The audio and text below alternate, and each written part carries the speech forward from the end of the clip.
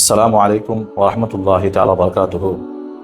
கண்ணியமிக்க இஸ்லாமிய சொந்தங்களே, நோன்பு நாட்களிலே நாம் பசித்திருப்பதன் மூலமாகவும் தாகித்திருப்பதன் மூலமாகவும் எதை நாம் இறைவனிடத்திலே பெற இருக்கிறோம் என்று நாம் பார்ப்போம். பொதுவாகவே பசி என்பது ஆக சிறந்த ஒரு ஆயுதம் என்று கிதாபுகளிலே பதிவிடுகின்றார்கள்.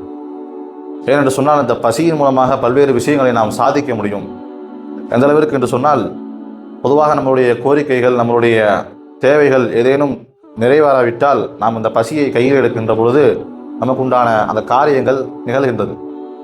இதை நாம் நம்முடைய வாழ்க்கை நடைமுறையில் நாம் பார்ப்போமேயானால், ஒரு சிறுவன் தன்னுடைய தந்தை இடத்திலே நான் சுற்றுலா செல்ல வேண்டும் என்று ஆசையோடு கேட்கிறான். அப்பொழுது அந்த தந்தை சொல்கிறார், உன்னை நான் படிப்பதற்காக வேண்டி நான் பள்ளிக்கூடத்திற்கு அனுப்பினேன், மற்றவர்களோடு சுற்றுவதற்காகவோ சுற்றுலா பயணம் செல்வதற்காகவோ நான் அனுப்பவில்லை. ஒழுங்கா நீ என்ன செய்ய, போய் நல்ல முறையில் படி அப்படின்னு தந்தை சொல்லிடுறான். அப்போ அந்த பிள்ளைக்கு அந்த மனது ரொம்ப கஷ்டமாக இருக்குது. இப்படி தந்தை சொல்லிட்டாருன்னு சொல்லிட்டு ஒரு 2 நேரம் 3 நேரம் சாப்பிடாம பசியோடு இருக்கிறாரு. அப்போ தந்தை பார்க்குறாங்க, ஒரு இறக்கம் உண்டாகுது. சரி, நான் உனக்கு காசு தரேன், நீ சுற்றுலாவுக்கு போயிட்டு வா, நீ சாப்பிடு. இப்படியாக பல்வேறு காரியங்களை பொதுவாகவே வீட்டில் நம்ம என்ன செய்கிறோம், பசியின் மூலமாக பட்டினியின் மூலமாக நம்ம என்ன செஞ்சிடறோம், சாதிச்சிடறோம். அதே போல் அரசாங்கத்திடம் நம்மளுடைய கோரிக்கை ஏற்றுக்கொள்ளப்படவில்லை, நமக்கு உண்டான தேவைகள் நிறைவேற்றப்படவில்லை என்று சொன்னால் அதற்காக வேண்டி உண்ணாவிரத போராட்டங்கள் செய்கின்றார்கள்.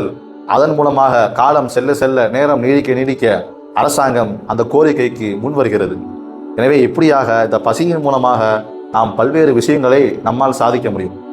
அதே போலதான் நோன்பு நேரங்களிலே நாம் பசித்திருப்பதன் மூலமாக அந்த நோன்பு திறக்கக்கூடிய நேரத்திலே நம்முடைய தேவை என்னவாக இருந்தாலும் ரப்புல் ஆலமீன் அதை ஏற்றுக்கொள்கிறேன் என்று நம்மிடம் வாக்குறுதி அளிக்கிறான். எனவே நம்மளுடைய தேவையை நாம் இந்த நோன்பு நாட்களிலே, நோன்பு திறக்கக்கூடிய அந்த நேரத்திலே எதுவாக இருந்தாலும், என்ன விதமான தேவைகளாக இருந்தாலும் நாம் இறைவனிடத்திலே மன்றாடி அதை கேட்டு பெறக்கூடிய நன்மக்களாக நாம் இருக்க வேண்டும். ரப்புல் ஆலமீன் உங்களுக்கும் எனக்கும் அந்த வாய்ப்பை தந்தல் புரிவானாக. அஸ்ஸலாமு அலைக்கும் வரஹ்மத்துல்லாஹி தஆலா வபரகாத்துஹு.